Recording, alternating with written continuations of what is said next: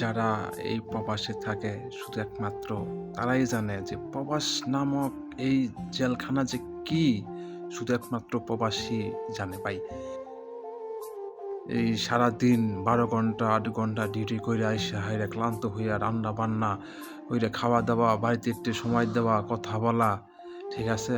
নানান ঝামেলা, টেনশন, শান্তি মানে প্রবাস কি বলবো আর ভাই? প্রবাস নামক জেলখানাতে তো একটা শান্তি শুধু একমাত্র প্রবাসীরা জানে যে কত কষ্ট করে বাড়িতে টাকা পয়সা দেয়, ঠিক আছে? তারপরেও বাড়িতে তেমন ভালো হয় না, ভালো ব্যবহার পায় না, কথাবার্তা পায় না, ঠিক আছে? খালি কি আর বলবো ভাই?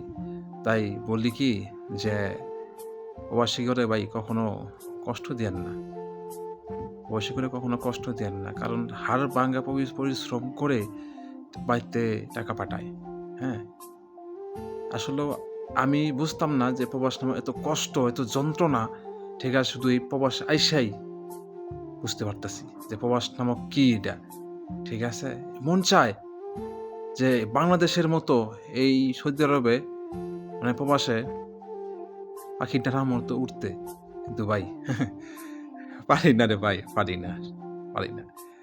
বাংলাদেশটা নিজের দেশ, মাতৃভূমি যে কতটুকু মায়া, কতটুকু কি আর বলবো ভাই, মায়া। শুধু প্রবাসীরা জানে যে কবে দেশে যাইতে পারবো, কবে পরিবারের মুখটা দেখবো, হ্যাঁ, কবে যে ২ টা নলা ভাত খাবো সবার সাথে মিলেমিশে বসে। এটাই শান্তি ভাই, এটাই শান্তি।